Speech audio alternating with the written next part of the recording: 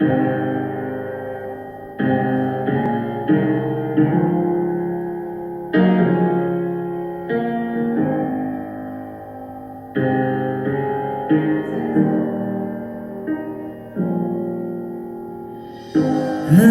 been held by the Savior, and I fell far from above. I've been down to the river. I ain't the same, the prodigal return. All my hope is in Jesus. Thank God my yesterday's gone. All my sins are forgiven, and I've been washed by the blood. I'm no stranger to prison, and I've worn shackles and chains. I've been freed and forgiven. I'm going back, I'll never be the same.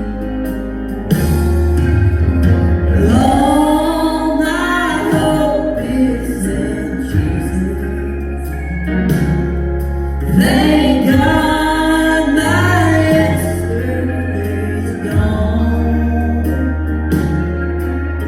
And all my sins are forgiven. I've been washed by blood. There's a kind of thing that just breaks me, breaking down to his knees. Oh, I've been broken more than a time or two. Oh, and he picks me up and shows me what it means to be redeemed. That's why I sing. Oh, my hope is in Jesus. Thank God my yesterday's gone. All my sins are forgiven. I've been washed by blood. Sing it one more time. All my hope is in Jesus. Thank God my yesterday's gone. Oh,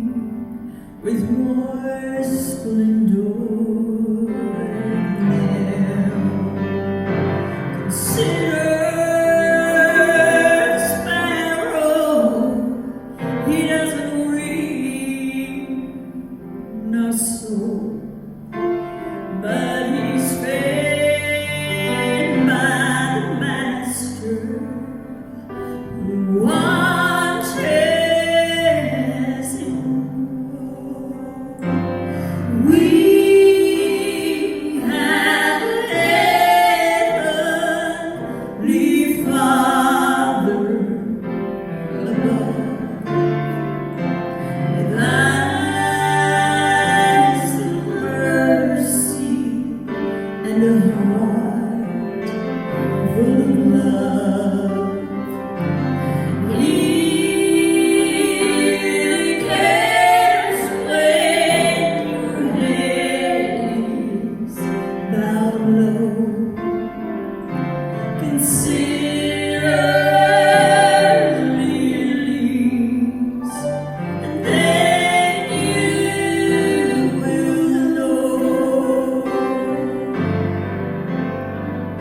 May I introduce you to this friend of mine? He hangs out the stars, he tells the sun when to shine, and he kisses the flowers each morning with dew. Oh, but he's not too busy to see about you. We have a heavenly Father above, with eyes full of mercy and a heart full of love. He really cares when your head is bowed low. Consider the lilies, then you will know. Consider the lilies, and then you will know.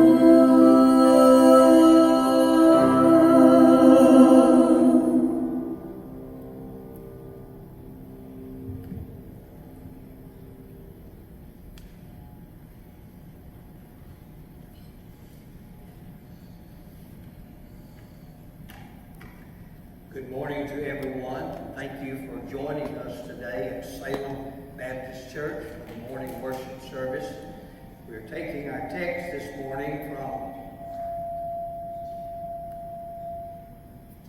from the book of Acts, chapter 17. I'd like to read two verses, verse 22 and 23. Dr. Luke writes, "Then Paul stood in the midst of Mars Hill and said, Ye men of Athens, I perceive that in all things you are too superstitious. For as I passed by and beheld your devotions, I found an altar with the inscription, To the unknown God, whom therefore ye ignorantly worship, him declare I unto you." The Apostle Paul, in all of his travels and all of his missionary journeys, had a great many unique experiences. I'd like to mention some of those this morning as we begin the message. In the book of Acts, chapter number 14, in a city called Lystra, the Apostle Paul was stoned and dragged out of the city, supposing that he was dead. As his brethren stood around him, the Bible said that he rose up and went back into the city. In the book of Acts, chapter 16, Paul and Silas are there in Philippi, and they were beaten and placed into prison in the innermost chamber, and their feet were placed in stocks. The great Dr. Luke, as he recalls and records that event, he writes this, "And at midnight Paul and Silas prayed and sang praises unto God." The Bible said that a great earthquake came and shook the foundation of the prison, and all of the prisoners were loosed and the doors were open. And from that experience, the Philippian jailer was converted and his whole house was saved. Then you'll find also in chapter 14 of the book of Acts that Paul healed a crippled man, and And immediately the people began to think that they were gods. They started to offer sacrifices to Paul and to Silas. And you'll discover that Paul cried out with a loud voice, and he said, "We are men just like you are, and don't do that." And this is what Dr. Luke wrote. "And with these sayings scarce restrained he the people, that they had not done sacrifice unto them." All three of these are unique experiences that Paul experienced. And then there is a fourth one that we have read about this morning. I have entitled this message, Paul's Message on Mars Hill. You might think, well, what's so unique about Mars Hill? Well, a great many things, and I hope that we'll be able to see as we go through the message. Dr. Luke's introductory remarks are in verse number 16. We didn't read that verse today, but we'll use several verses that we did not read. And this is what he wrote.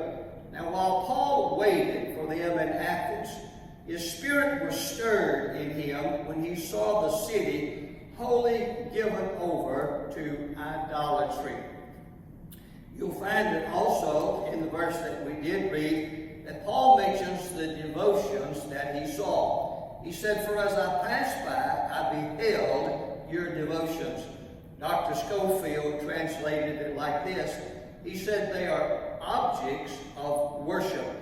In I.T. Hill's book, Ancient City of Athens, he writes, "Hence the city was crowded in every direction with temples and altars and other sacred buildings." Some of those still remain until this day. It has been pointed out that the city of Athens was a place that Paul was not successful in establishing a church as he was in Corinth and in other places. Corinth and Athens were very close together. They were very similar, both cities of Greece. They were both given over to idolatry, and yet there is in the city of Corinth a church, a remarkable church, but there's not one in Athens. The Apostle Paul wrote to the church in Corinth in chapters 12, 13, and 14.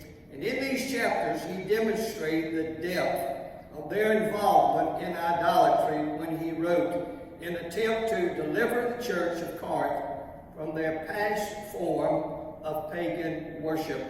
The Bible said that Paul's spirit was stirred within him. And that's a word that you have to feel rather than understand. But I want to try to give you some things that the Bible means by that stirring of his spirit. First of all, Paul was moved emotionally. It was an emotional experience for him to go into the city of Athens and to see all of these idols and to see all of these images and all of these special religious buildings, people given over completely to idolatry. And so emotionally, it was hard on Paul. He was also overwhelmed by the presence of Satan. I think Paul didn't have any problem telling that this was a stronghold of Satan, and that Satan is the author of idolatry. Someone said, where Satan thrives, idolatry thrives. And it could be said just as easily, where idolatry thrives, then Satan also thrives. We not only see that he waited, but also there is a word from Paul on Mars Hill. This expression, Mars Hill, is a Latin expression. It is also referred to as the Hill of Eris. The court of Areopagus met there. It was a court that was made up, as history teaches us, of what was called the city fathers. They exercised supreme authority in politics and in religious matters. And they actually invited Paul to come. There were 4 philosophies on life during this period of time in Greece, and 2 of them are mentioned for us in verse number 18. And so when they heard Paul preaching the gospel, and they heard him as he shared Christ, they couldn't understand, and they brought him to this court where he was able to speak. There are 2 things that Paul did when he came to Mars Hill. Number 1, he pointed out their idolatry. May I use again that expression, I beheld your devotion. Well, they were everywhere. You couldn't miss them. Paul said, everywhere I look, I see a devotion. Everywhere I look, I see an altar. Everywhere I look, I see something that's dedicated to an idol god. He also said, you are too superstitious. I want to give you Webster's definition of superstitious. It ends with T-I-O-U-S. And before I give you that definition, I want to give you the word of superstition that ends with T-I-O-N. Webster says superstition is the belief of what is absurd or belief without evidence. That's a tremendous definition. He said that's what superstition is. You believe in something that's literally absurd, and there's absolutely no evidence to back it up. And that brings us to the definition, and it is Webster's definition of the word superstitious. He says it is addicted to superstition. That makes a lot of sense to me. What was superstition? It was the belief in that which was absurd, or the belief in that which had no evidence. And superstitious means you're addicted to that. They were consumed by that. Every part of them was consumed with the religions that were there associated with the idols. I want to take the time this morning to go to 1 Corinthians chapter 12, and I'd like to read verse number 2. It's in chapters 12, 13, and 14 that Paul deals with the subject of being spiritual. And as he introduced this subject, he says to the congregation at Corinth, you know that you were Gentiles, carried away unto these dumb idols, even as you were led. May I say that he is speaking there to a group of people who came out of idolatry. They were too superstitious. They were consumed by that. And he set that straight before we ever got any further. So I wonder this morning, what would Paul say as he said to the church or to the city of Athens, you're too superstitious. You're carried away with these idols. You're just consumed with idol worship. What would he say to America today? I wonder if Paul were waiting for Timothy and Silas to arrive. And he landed in the port of New York Harbor, and he drifted into the city of New York. I wonder what he would say when he got there. I wonder what he would say if he landed on the West Coast, somewhere in California, maybe San Francisco or Los Angeles. I wonder what he would say if he were in New Orleans. Maybe he got there just as Mardi Gras was taking place. And I wonder if he would say the same thing to America that he said to Athens in this day. The next section of the message, I want to talk about the subject of the idols of Athens and the idols of America. You might think we don't have idols in America today, but we do have idols in America. They may not be made out of wood and silver and gold and those types of things. They may not be statues, but we have our idols. And I want to try to expose some of those this morning. I want to give you 3 idols that were prevalent. Most of them, at least 2 of them, were prevalent in Greece, and I suspect that the third probably was not limited to Moab, but also had a place in Greece as well. There was the temple of Aphrodite. It was a temple that was also erected in Corinth. Paul dealt with it in the church at Corinth. It had tremendous influence on that congregation and their way of life. When you look at this goddess of fertility, she was, and she still is, the goddess of uncontrolled passion and sexual unrestraint. I want to give you a situation, I think, that exists today, and this is influence that's even in our country. The very spirit of this idol goddess dominates the attitude and the viewpoint of morality and sexual conduct in our society. That's a pretty bold statement for a little country preacher to make. It kind of gets a little tongue twisted, but I'll tell you what, we're caught up in that spirit in America. We're involved in that everywhere we go. If you want to challenge that, turn your television set on. You want to challenge that, turn your radio on. You'll find it in every aspect of our society as it was in Athens. There was also the idol Molech. He was the fire god. Sacrifices were offered to Molech to invoke his favor on their crops and on their cattle and on other considerations. He was just good for what ailed him. When you offered a sacrifice to him, you could expect a blessing in everything. The economy was about to thrive, if you will. The worship of Molech was dominated by human sacrifice, and especially by the offering of children and babies. It was one of the very few idol worships in Old Testament times and in the ancient world that was altogether given to human sacrifice. They were giving sacrifices in that day of young children and even babies. God strictly forbid that. And when those babies were offered to Molech, the expression was that they passed through the fire and they were part of Malach. In America in 1973, there was a decision made that abortion would become legal in America.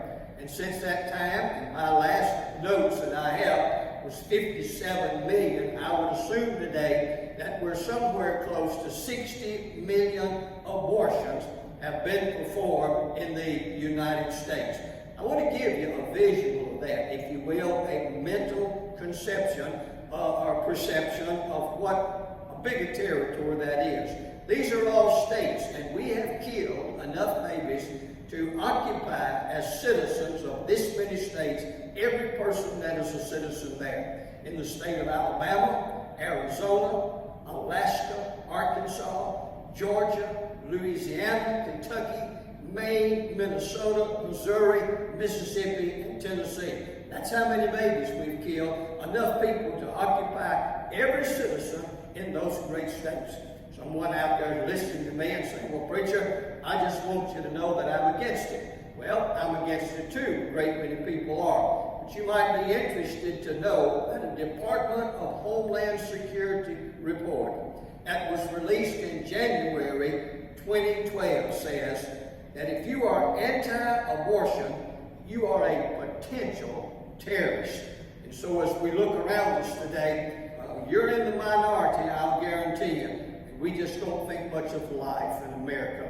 There was a third idol that I want to mention. His name was Bacchus, and he was the god of wine. In the city of Athens, wine flowed and women were everywhere. It was part of their society and part of the life that was there. When we involve ourselves and we serve this idol god through alcohol, it constitutes the voluntary surrendering of mental, spiritual, and our social senses. It just takes you away.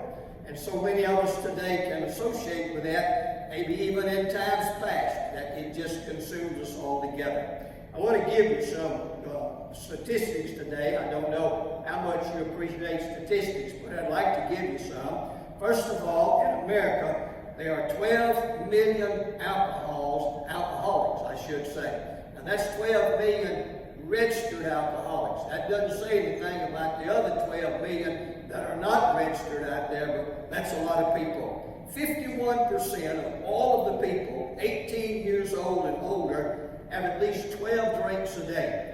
And we learn from studying history, and I'm so used to saying that the Bible said, this is not scripture now, this is history and statistics, that America spends $197 million a day on alcohol. No wonder that all of these beer commercials show up in prime time, and they are done very well with nice-looking people and good music, and they encourage us. They've got the money to do that. It's always been interesting to me that when they get through with those commercials, they tell you to drink responsibly. I thought of a little thing, that maybe a little phrase or an illustration that came in my mind when we say that. I think it's like taking a bucket of slop and pouring it in a trough and saying to a hog, now here's a napkin. When you eat, wipe your mouth and keep your mouth clean. To say that we ought to drink responsibly, that is not even a rational statement. And so then the Apostle Paul pointed out their idolatry, and he also pointed out their ignorance. Notice what he said in verse 23. I found an altar with this inscription, to the unknown God, him therefore ye ignorantly worship. He said, I see the temple over here and the idol to Aphrodite, and I see the others here, and I found a unique altar. And on it says, to the unknown God. It's obvious by the statement that's written on it that you don't know him. But I want to tell you who he is. I want to point him out. And in verse number 29, Paul said, first of all, this God is real. He's not made out of wood. He's not made out of stone. He's like you. He can move and he can see, and he has a being and he has a movement about it. He's just real. I think one of the greatest proofs today that there's a God is that you and I exist. How else could we possibly exist if there was no God? And so he says, this God is real, but you don't know him. He also said in verse number 27, this God is near. Everywhere you look, everywhere you move, this God is there, but they don't know him. And then he says in verse 30 that God commandeth all men everywhere to repent. But they're not going to do that because they don't know him. I wonder today in our society how many people just simply don't know him. They trusted in idols. And I want to use Dr. Webster's word again, his choice of words in his definition. When they trusted in idols, my statement is, how absurd is that? There's absolutely no evidence to back up an idol. Nothing. It's absurd. They ignored the God of heaven. They just simply looked the other way. We're not going to acknowledge him. We've got him on the altar here. It says to the unknown God. He should be content with that, satisfied with that. But maybe God's tired of being ignored. Well, we're busy. We're just busy. We don't have a lot of time to acknowledge God, and all that's left is to just ignore him. Here's a news flash for you this morning from Salem Baptist Church. God can shut it all down. He can shut it down in a heartbeat. We thought and we think we're the greatest nation on the face of the earth, and we can't even meet and have church. We're the greatest nation on the face of the earth. You can't even go to town and go out to eat.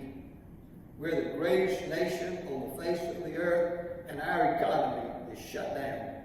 And so we are prisoners in our own homes, locked up, and God shut it down. I want to close this morning and leave you with a thought. It comes out of the book of Daniel, chapter 5. It's verse 23. I would like to read it for you. This is the chapter that talks about the handwriting on the wall. It was Belshazzar who got all of his lords together, and he got about 1,000 of them, and they were drinking wine, and they sent and got all of the vessels that were taken out of the temple of God, and they brought them, and they drank wine out of them, and God reached down with his hand and wrote on the wall. And Daniel was called in to interpret that, and this is what he has to say. I'd like for you to listen patiently as we read the verse. It's a long verse, and then I'll close at the end. He says, But Belshazzar, thou hast lifted up thyself against the Lord of heaven, and they have brought the vessels of his house before thee, and thou, and thy lords, and thy wives, and thy concubines have drunk wine in them.